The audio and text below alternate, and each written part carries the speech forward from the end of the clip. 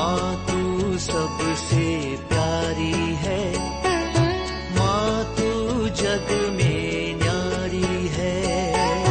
माँ तू सबसे प्यारी है, माँ तू जग में न्यारी है। अपने आंचल में रखना, अपने आंचल में रखना। हमें वरदानों से भरना। माँ तू सबसे प्यारी है, माँ तू जग में न्यारी है। माँ तू सबसे प्यारी है, माँ तू जग में न्यारी है। पिता, पुत्र और पवित्र आत्मा के नाम पर आमीन। आप सबों को जय यीशु। आज हम लोग 40 काल मनन चिंतन में यिर्मयाह का ग्रंथ अध्याय 17 वाक्य 5 और 6 पर मनन चिंतन करेंगे। वहां पर लिखा है, प्रभु ये कहता है, धिक्कार उस मनुष्य को जो मनुष्य पर भरोसा रखता है। धिक्कार उस मनुष्य को जो मनुष्य पर भरोसा रखता है, जो निरे मनुष्यों का सहारा लेता है और जिसका हृदय प्रभु से विमुख हो जाता है। एक बार और पढ़ना चाहूंगा। धिक्कार उस मनुष्य को जो मनुष्य पर भरोसा रखता है, जो निरे मनुष्य का सहारा लेता है और जिसका हृदय प्रभु से विमुख हो जाता है। वाक्य 6, वह मरुभूमि के पौधे के सदृश है जो कभी अच्छे दिन नहीं देखता। वह मरुभूमि के उत्तम स्थानों में नुनखरी और निर्जन धरती पर रहता है। प्रभु सबसे पहले कहते हैं उस मनुष्य को धिक्कार जो मनुष्य पर भरोसा करता है, लेकिन ईश्वर से उनका हृदय दूर है। अर्थात ईश्वर पर भरोसा नहीं बल्कि मनुष्य पर भरोसा है। हमारे जीवन में अनेकों बार ये गलती हम करते हैं। हम अपने ऊपर भरोसा करते हैं, हमारे नौकरी के ऊपर, हमारे पैसे के ऊपर, हमारे बैल के ऊपर हम भरोसा करते हैं। पैसा नहीं है तो नहीं चलेगा, नौकरी नहीं तो हमारा घर नहीं चलेगा। इन दिनों में मैं अनेकों परिवारों में जा रहा हूं, परिवार से भी मिल रहा हूं जो वचन की घोषणा कर रहे, रेट्रीट दे रहा है। रेट्रीटों में लोगों की संख्या कम क्यों है, ये पता करने के लिए मैंने कोशिश किया। कई पल्लियों में बहुत कम लोग रेट्रीट में भाग लेते हैं। कहते हैं जो बीच वाला जो दिन है, उन दिनों में लोग नौकरी पर जाते हैं, काम पर जाते हैं, खेतीबाड़ी कर रहा है, मजदूरी के लिए गया है। और इतवार होते तो ज्यादा लोग होते हैं, तो हर इतवार है, बाकी दिन क्या करेगा, इसलिए हर दिन हम लोगों ने रेट्रीट रखा है कहीं ना कहीं पल्ली में।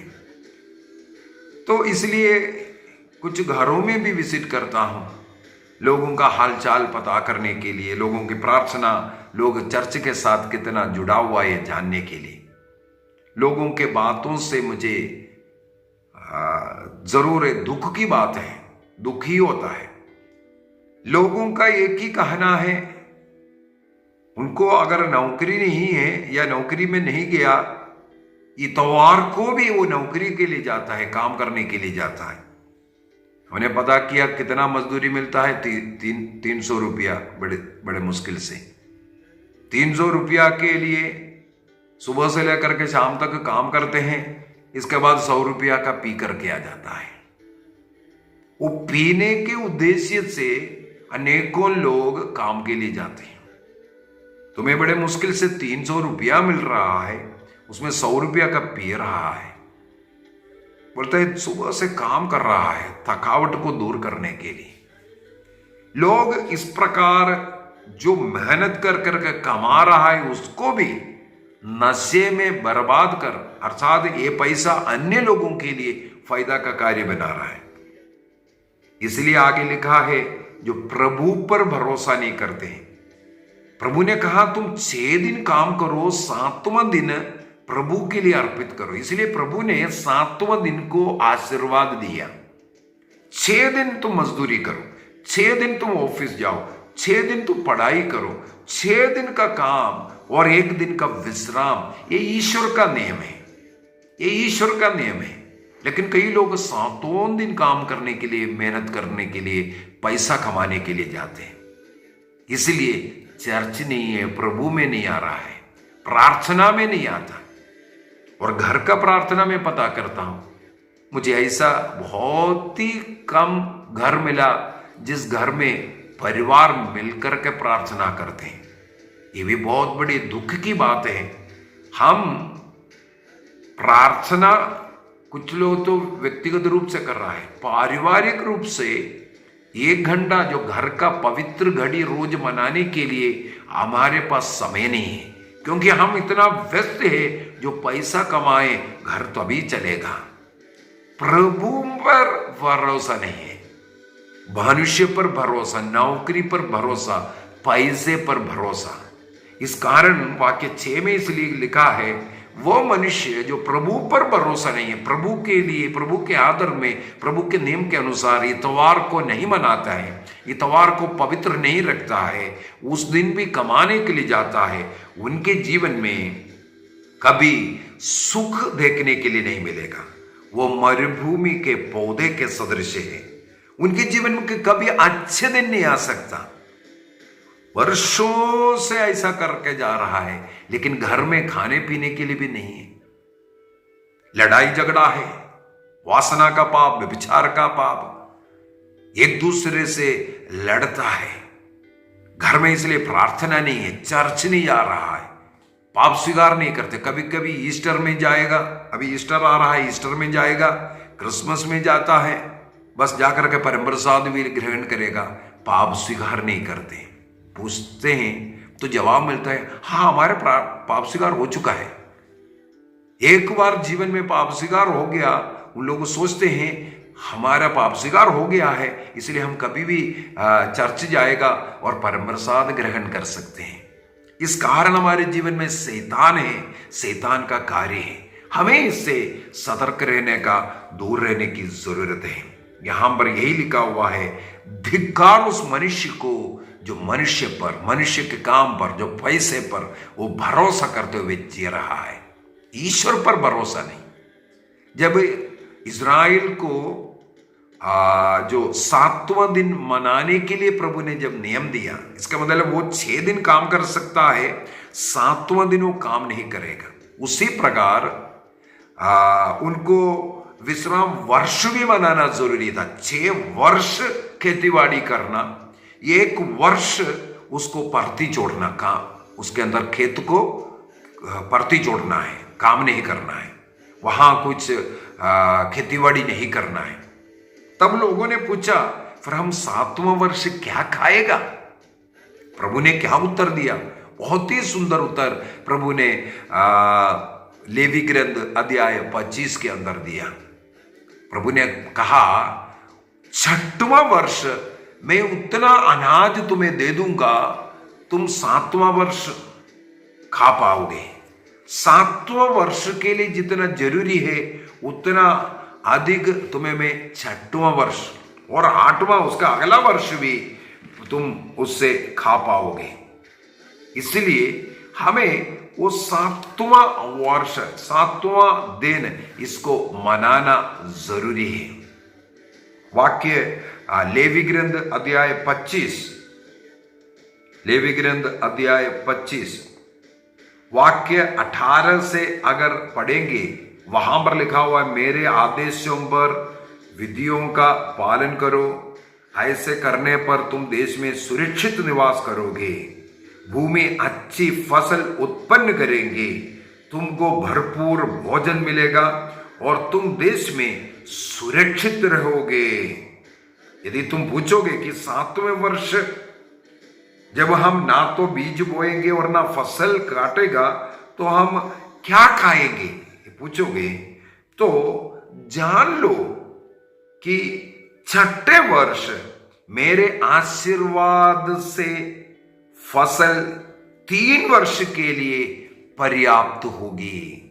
यदि हम ईश्वर के नियम का पालन करते हुए 6 दिन काम करेंगे, 7वां दिन प्रभु के आदर में मंदिर जाएंगे, प्रार्थना करेंगे, विश्राम का दिवस मनाएंगे, प्रभु का दिन मनाएंगे, तो प्रभु का कहना है 6 दिन के जो कार्य है आपको 7वां 8वां दिन 3 गुना आपको उसके द्वारा कृपा मिलेगी। नशे में पैसा नहीं जाएगा, अन्य जो बीमार होकर के पैसा नहीं जाएगा, मार पिटाई कर करके पुलिस को पैसा नहीं देना पड़ेगा, इस प्रकार का भी फायदा मिलने वाला है। और साथ ही साथ 6वां दिन 6 दिन काम करके 7वां दिन को जो मनाता है उस दिन को प्रभु आशीर्वाद दिया है। इस कारण हमारे 6 दिन का जो पैसा कमाया उस पर आशीर्वाद आएगा, 6 दिन जो हमने पढ़ाई किया उस पर आशीर्वाद आएगा, सफलता मिलता है।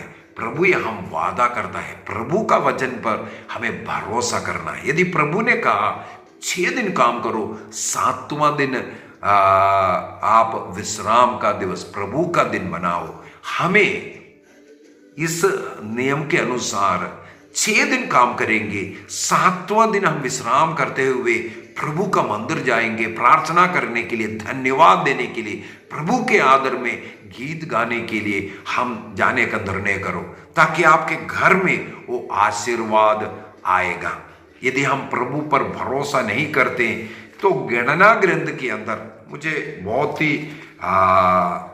स्पर्श किया हुआ एक घटना, गणना ग्रंथ अध्याय 13 अध्याय 14, यदि 2 अध्याय को पढ़ेंगे हमें मालूम है इस्राएली लोग यर्दन नदी के तट तक पहुंच गया। अभी उसको पार करके कनान देश, ईश्वर ने जो मधु और दूध बहने वाला वो देश इस्राएलियों को जो दिया, वहां प्रवेश करने के लिए वहां तक पहुंच गया। वहां पहुंचने पर ईश्वर ने मूसा नबी को बुला करके कहा, यहाँ 12 गोत्रों से एक लोगों को चुनो, ये लोग जा करके कनान देश को दे करके आने दो। कहाँ से उनको घुसना है, वहां पर क्या क्या है, वहां के निवासियों को कैसे भगाना है, वो उस क्षेत्र को अपनाना कैसे है, इसलिए ऐसे लोगों को चुन करके भेजो, वहां पर जाकर के दे करके आने दो। वे लोग गए, 12 लोग गए जोशुआ और कालेब की अगुवाई में। वे लोग वहां जाकर के गुप्त रीति से चोरी चोरी पूरे कनान देश का परिक्रमा किया, देख करके आया। 40 दिन वहां रहा था। 40 दिन के बाद वापस आए। वापस आकर के उन्होंने वहां से जो कुछ लेके आया, कुछ अंजीर लेकर के आए, कुछ अन्य फलों को लेकर के आए, अंगूर को लेकर के आए। ये सब उन लोगों को दिखा करके बोला, देखो इतना बड़ा बड़ा है सब। वहां के लोग ये सब खा खा करके हमारे जैसे नहीं, वो अनाकी भीमकाय लोगों के वंश के लोग हैं, वो राक्षस लोग हैं। यदि हम लोग वहां पर प्रवेश करेंगे, हम उनके सामने टिड्डियों के समान हैं, हमें मार डाल देगा। वहां के लोग ये सब खा पी करके बड़े राक्षस लोग हैं, भीम गाय अनाकी वंश के लोग हैं, इसलिए हम वहां नहीं जाएंगे। 10 लोग बोला। जोशुआ और कालेब ने बोला, ऐसा नहीं, याद करो प्रभु किस प्रकार मिस्र देश की गुलामी से हमें छुड़ा करके लाया, किस प्रकार हमें लाल सागर को विभाजित कर करके हमें लेकर के आया, किस प्रकार हमें पानी पीने के लिए नहीं था, चट्टान से चमत्कारी रूप से हमें पानी दिया, हमें भोजन नहीं था, आकाश से मन्ना बरसा करके अब तक हमें तृप्त करते आ रहा है। वो ईश्वर जो हमें लड़ना जरूरत नहीं पड़ा, कई राजाओं के साथ लड़ करके हमें विजय दिया। हम जिस देश से होते हुए आया, जितने भी लोग हमारे जो रुकावट डाला, उनको पराजित कर हमें यहां तक लेके आया। तो अभी हम ऐसा नहीं बोलना, हमें प्रभु पर भरोसा करना है, क्योंकि प्रभु ने कहा है दूध और मधु बहने वाला देश में हमें सुरक्षित पहुंचाएगा, इसलिए हम प्रवेश करेंगे। जोशुआ और कालेब को कोई सुनने के लिए तैयार नहीं हुआ। बाकी 10 लोगों ने बोला नहीं, हम लोग वापस जाएंगे।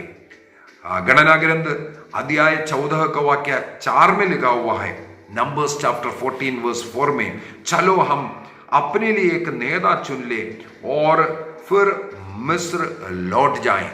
लौटने का, मिस्र देश वापस जाने का इन लोगों ने निर्णय किया।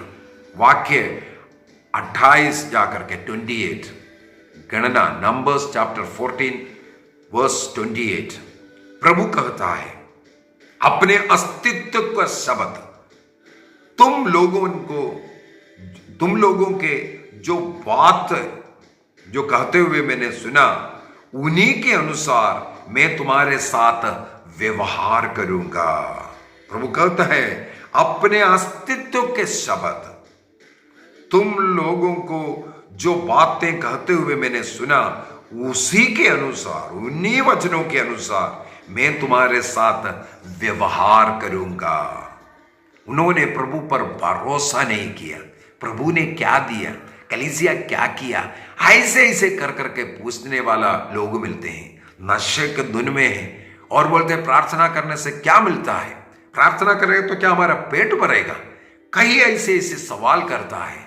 ऐसे सवाल करने वालों का सवाल प्रभु के पास जाता है। प्रभु कहता है तुम्हारे उन शब्दों के द्वारा मैं तुम्हारे साथ व्यवहार करूंगा। क्या है? प्रभु कहते हैं तुम लोगों में 20 साल के जितने भी लोग ऊपर है, वो एक भी जन अभी कनान देश में प्रवेश नहीं करेगा। इसी मरुभूमि में वे ढेर हो जाएगा। इसलिए, और आगे हम लोग वाक्य 34 में, गणना ग्रंथ 14:34, नंबर्स चैप्टर 14 वर्स 34, तुम लोगों ने 40 दिन तक उस देश का निरीक्षण किया, उनका हर दिन 1 वर्ष गिना जाएगा, एक दिन को 1 वर्ष गिना जाएगा। इसके अनुसार तुम्हें 40 वर्षों तक अपने अपराधों का फल भुगतना पड़ेगा और तुम जान जाओगे कि मेरा विरोध करने का फल क्या होता है। यही कारण है इस्राएली लोग 40 वर्षों तक मरुभूमि में चलता रहा था। उन 40 वर्षों में ये जो 20 साल के ऊपर जितने भी लोग उस समय पर था, वे एक एक कर करके मर करके 40 वर्षों में उस मरुभूमि में ढेर हो गया।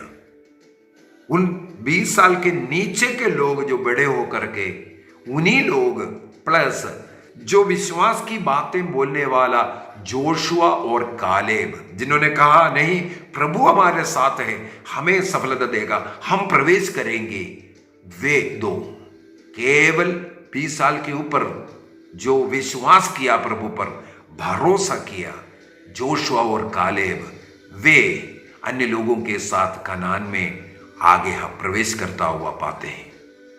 अनेकों लोगों का जीवन सफलता नहीं है, नौकरी कर रहा है, पैसा है, लेकिन घर में कुछ नहीं है, परिवार में शांति नहीं है, कष्ट, पीड़ा, रोग, पराजय, नशे में पड़ा, वासना में पड़ा। कहीं इसके पीछे का कारण प्रभु पर भरोसा नहीं करना, इतवार को नहीं मनाना, अयोग्य रीति से परम प्रसाद को ग्रहण करना, मेरी मर्जी, मैं परम प्रसाद लूंगा, मेरी मर्जी, जब चाहूंगा मैं चर्च जाऊंगा, आप कौन होता है, कब प्रार्थना करना नहीं करना वो हमारी मर्जी है, ऐसा बोलने वाला कुछ लोग हैं। इनके जीवन में कभी हरियाली, सुख, शांति नहीं आएगा। घर में अपने पत्नी से, बच्चों से, माता पिता से, भाई बहनों से, पड़ोसियों से लड़ने वाले लोग, तुम्हारे जीवन में सुख शांति की कमी है। तुम्हें प्रभु पर भरोसा नहीं, प्रभु के वचनों पर भरोसा नहीं। नूह एक सदाचारी व्यक्ति था, ईश्वर के मार्ग पर चलने वाला था। उत्पत्ति ग्रंथ अध्याय 6 वाक्य 22 में हम लोग पढ़ते हैं, ईश्वर ने जो कुछ कहा नूह ने वो किया। इसलिए नूह और उसके परिवार के साथ उस जल प्रलय से बचा। प्रभु पर भरोसा करना, प्रभु के वचन पूरा होगा, ये विश्वास कर करके चलना। हम एक निर्णय करें 40 साल में, जब जब हमने प्रभु पर भरोसा नहीं किया, प्रभु के वचन के अनुसार नहीं चला, उसके लिए हमें पश्चाताप करें। एक अच्छा पाप स्वीकार करेंगे जो कुछ अविश्वास के कर्म किया, तंत्र मंत्र जादू टोना बाबा लोगों के शरण में जाना, देवी देवताओं के शरण में जाना, सत्य ईश्वर पर भरोसा नहीं, विश्वास नहीं, सत्य कलीसिया कैथोलिक कलीसिया को छोड़ करके अन्य कलीसियाओं के पीछे जाते हैं। वहां जाएगा तो चंगाई मिलता है, वहां आनंद मिलता है, वहां गाना सुनता है, वहां वचन देता है। ये भूल जाता है शैतान ने इनकी आंखों में ऐसा अंधापन का पट्टी बांध दिया। वहां पर जो सुनाने वाला सत्य वचन है या अपना मर्जी का वचन, परम प्रसाद से, ईश्वर से, माता मरियम से दूर करने वाला वचन, जो वचन के अनुसार नहीं, जो ईसा मसीह को समय पर छोड़ करके गया, जो प्रभु का शरीर और रक्त को ग्रहण ना करने का मना करने वाले, लेकिन लोगों को वहां आकर्षण है। हमें मनन चिंतन करना है, पश्चाताप करना है, प्रभु के वचन पर भरोसा करना है, कलीसिया पर हमें भरोसा करना है। कलीसिया मसीह का शरीर है, उस शरीर से जुड़ करके रहने का निर्णय करना है। अन्य कलीसिया में जाकर के मुक्ति है ये सोच करके अपने को मुक्ति बोलने वाला कहीं ना कहीं वो गलती है, वो शैतान उनसे करवा रहा है। निर्णय कीजिए, सत्य कलीसिया में रहकर मसीह के उस शरीर से जुड़कर जो कलीसिया सिखाता है, जो बाइबल सिखाता है, उसके अनुसार जिएगा, उस पर भरोसा करने का निर्णय कीजिए। कई लोग बोलते हैं आपको पाप स्वीकार करने की जरूरत नहीं, यीशु से बोलो। हम लोगों ने मनन चिंतन कर चुका है। आज एक पुरोहित से बोलेगा तभी पाप मुक्ति मिलेगा, लेकिन कई लोग आपको अलग कर रहा है क्योंकि आप शर्मिंदा है आपके पाप के विषय में। उसको बोलने के लिए शैतान आपको अनुमति नहीं दे रहा है। आदिम कलीसिया से पाप स्वीकार संस्कार, लेकिन झूठे कलीसिया आपको अंधा बना दिया। निर्णय कीजिए। कई इस्राएली लोगों का वो दंड हमारे ऊपर ना आवे, हमारे परिवार पर ना आवे। पिता, पुत्र और पवित्र आत्मा के नाम पर आमीन। आप सबों को जय यीशु।